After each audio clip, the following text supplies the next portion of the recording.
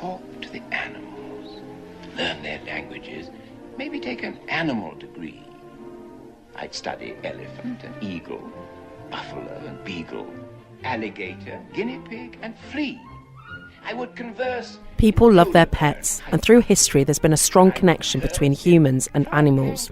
In the words of A.A. Milne of Winnie the Pooh fame, some people talk to animals, not many listen though. That's the problem.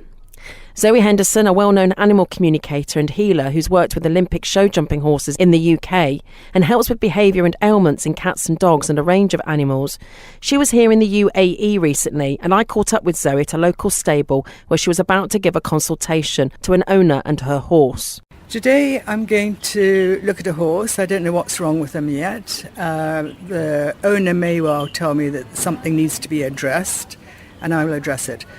Very often it's mind stuff to start with. Horses always have, it's either they've got bad backs, bad legs, bad saddles, and very often it could be the owner. Transferal. There's a lot of transferal that goes on. The owners know this. Horses are very sensitive and they can tune into you. They can actually tune into what you're thinking, where you're going in your life, if you're stressed, and when they feel stress is with you, they will stress themselves, they'll take it on board.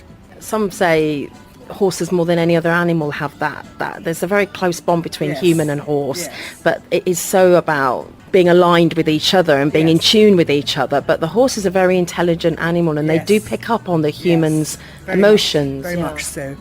And when the riders get on, of course, on the horse and off they go for their competition, whatever it is, the horses can feel exactly what's going on with them in their body and their mind.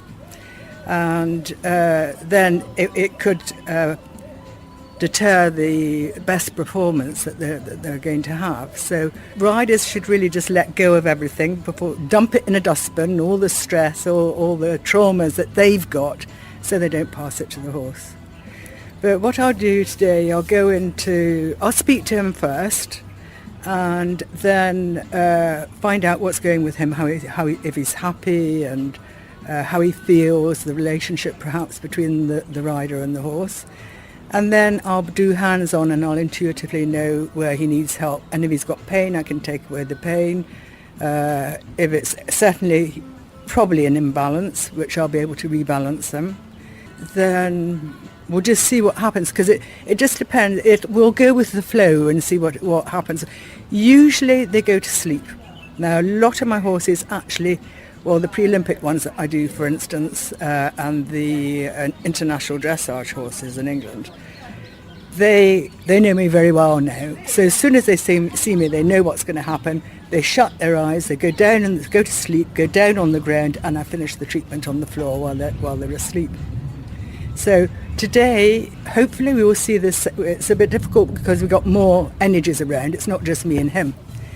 But you'll notice it, he'll either close his eyes or they'll start closing, his chin will wobble, he'll yawn, he'll rest a back leg, and you and the owner will know that he's absolutely loving and very relaxed, and then it goes into sleep. So afterwards, he will go to sleep earlier this evening, or certainly after the treatment. He'll feel, if he sleeps standing up, he'll sleep standing up, or he'll go down. We moved to the stable and met with the owner, and Zoe explained what would happen as part of her consultation. She's 15 and she's a retired polo pony. And how long have you had her? 2 years. And do you know any of the history? No, nothing. Apart from retired polo pony from the stables down there. And that's it, really. What's the main problem that you want me to address? It's really understanding her, and understanding her little quirkiness. And any injuries that need to be addressed? She has a tendon injury down here. She's just a bit stiff in her back end, really. And that's all the injuries we've ever had. You're looking at me, aren't you? First of all, I'm going to go into her mind to see what's going on and see how she is. Intuitively, I will know what head stuff and where her body needs help. I will just be guided to whichever part of the body needs the help. And obviously, you stated the hind stiffness. I may well find something else, but nothing major stuff, just imbalances, for instance. Okay. Because sometimes they hold past traumas because you don't know anything about her history. What will happen, she will feel everything that I'm doing, and she'll tune into me and she'll know what I'm thinking, and so she knows that she's going to have a healing. She's a little bit dubious at the moment. I can see. She can feel that I'm going to be doing healing. She knows that something good. So I'll be doing energy psychology with her. I'm hands-on, and it's very deep. Yes, good girl. EFT, it's tapping on the meridians, and if you have a trauma in your life, it sticks in your body somewhere. So by doing tapping on different meridians, it's like if you think of meridians as an energy motorway, and if there's a car crash, it sticks. So if it sticks, you need to have it pushed out. So this is what this does, it pushes it out. And she's feeling it already. She will start closing her eyes. With a new horse, you'll find that her eyelids will start closing, even while I'm talking, because she knows I'm doing it already. Her chin will quiver, she'll yawn, and then she'll start resting her hind legs. The normal things for horses when they're really relaxed. Let's just see, darling. Good girl. Good girl. Please, she's got a gorgeous nature, but she needs to trust. She needs to trust the people that she's with, or the people that are around her.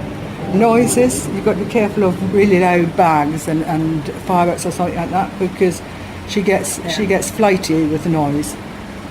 And sharp movements.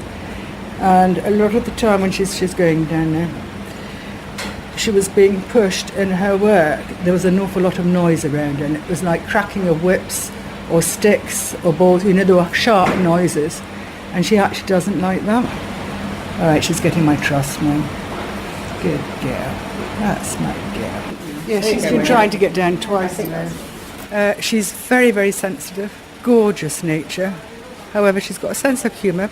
She's an ex-polo pony, and she has been spooked when she was pushed. She was certainly very much pushed in her polo days. Her back, there's some energy rebalancing that needs to be done, and she's quite stiff, and her spine. So I was doing invisible surgery, like with heat coming from my hands, to help her with that. And the healing will now continue for 3 days, and after the 3 days, you will certainly feel the benefit. And she's looking at us now, saying, "I don't want to miss out." Yeah. But when we leave, she'll be down in seconds, for sure. There's no doubt that Zoe knew how to connect with the horse, but it might take a few more sessions to truly address the deep-rooted issues. The bond one makes with an animal can be very special. Shakespeare, my 9.5-year-old Vizsla, has some behavioural quirks. He's adorable, but sometimes has a few issues. So I thought I'd meet Zoe on another occasion and see if Shakespeare could benefit from her healing touch. I'll go into his head and see how he is, and what his character's like, and how he is with you, and how happy he is, etc., etc. And then, like I was doing with the horse, I will find out where the imbalances are in his body, rebalance his whatever it is that needs to be rebalanced, and see what his energy is like.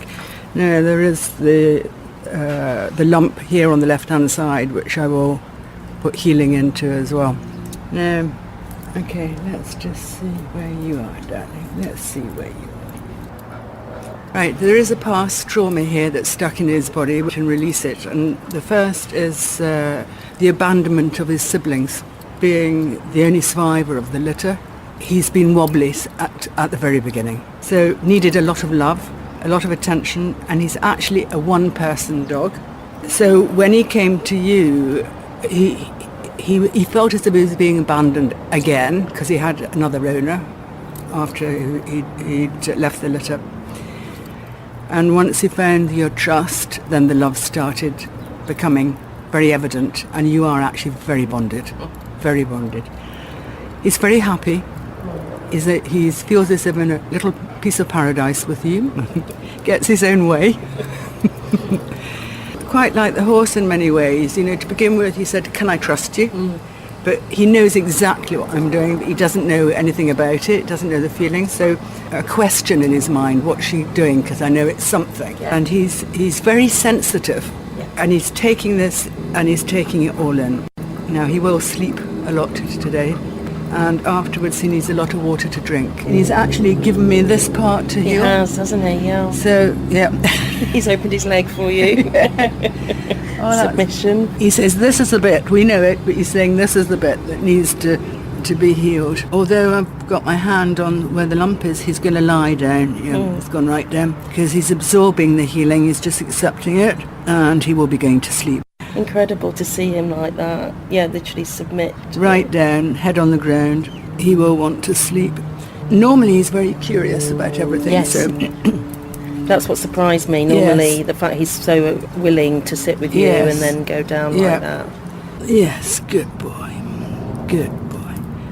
He's feeling peace in himself. We're releasing that trauma, which is now coming out in aggression with some of the dogs when you're walking. But with where I've got my hand on the lump, I mean, the heat is Oh yeah. like Can a hot feel water it. bottle. Yeah, yeah.